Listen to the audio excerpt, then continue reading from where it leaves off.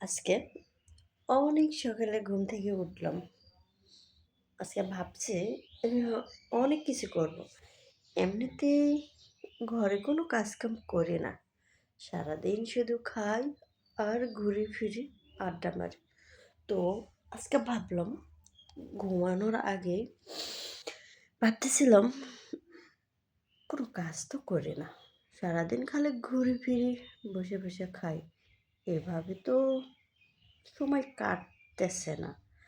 আর কত বসে বসে টিপাটিপি করব। এই ফোন টিপতে টিপতে হাতগুলো ব্যথা হয়ে যায়, চোখগুলোতে ঝাপসা ঝাপসা দেখি। তারপরও সারাদিন ফোন টিপতেই থাকি। মা এত বকে বকে এই ফোন টিপার জন্য। তাই আজকে আমি রাত্রে ঘুমানোর আগে নিয়ত করে ঘুমাইছি। নিয়ত করছি আজকের থেকে সংসারের সব কাজ আমি করব। আমার মা বলে কি জানেন? আমার মা বলে আমি নাকি শ্বশুরবাড়ি গিয়ে সংসার করতে পারবো না। সংসারের কোনো কাজ করতে পারবো না। শ্বশুরবাড়ির লোকজন আমাকে এত কথা শোনাবে। আর যদি ননদ থাকে, ওরে বাবা চুলের মুঠি ধইরা কাজ শিখাবে।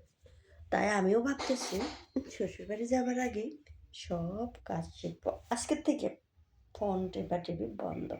আজকের থেকে শুধু কাজ আর কাজ। সংসার কিভাবে করতে হয় এটা শিখে নেব।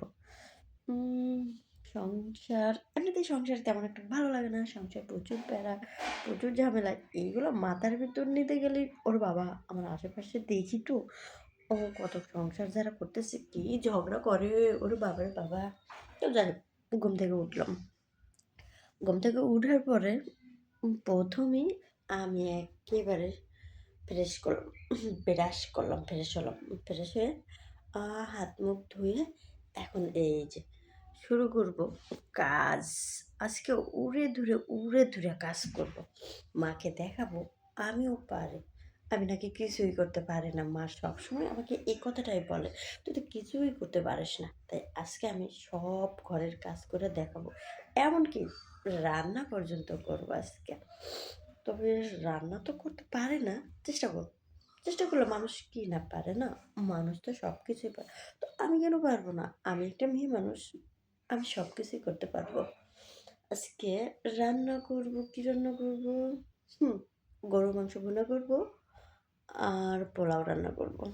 দেখি আজকে ফার্স্ট রান্নাঘরে যাব। ফার্স্ট রান্নাঘরে যাওয়ার পরে দেখি কি রান্না করতে পারি আমি। উম এই তো আগে বিছানাটা গোছাই। বিছানাটা সুন্দর করে কিভাবে গোছাইতে হয়। আমার বিছানাটার অবস্থা দেখেন না, এই যে দেখেন কি অবস্থা। এর ভিতর কি মানুষ থাকে? এই জন্যই তো আমার মা বলে, তুই একটা গিদার, তুই পরিষ্কার থাকিস না, খালি মুখটাই পরিষ্কার রাখিস। কোনো রুমটা কোনো পরিষ্কার না, কিচ্ছু না। হুম রুমটা কোনো পরিষ্কার না, কিছু না।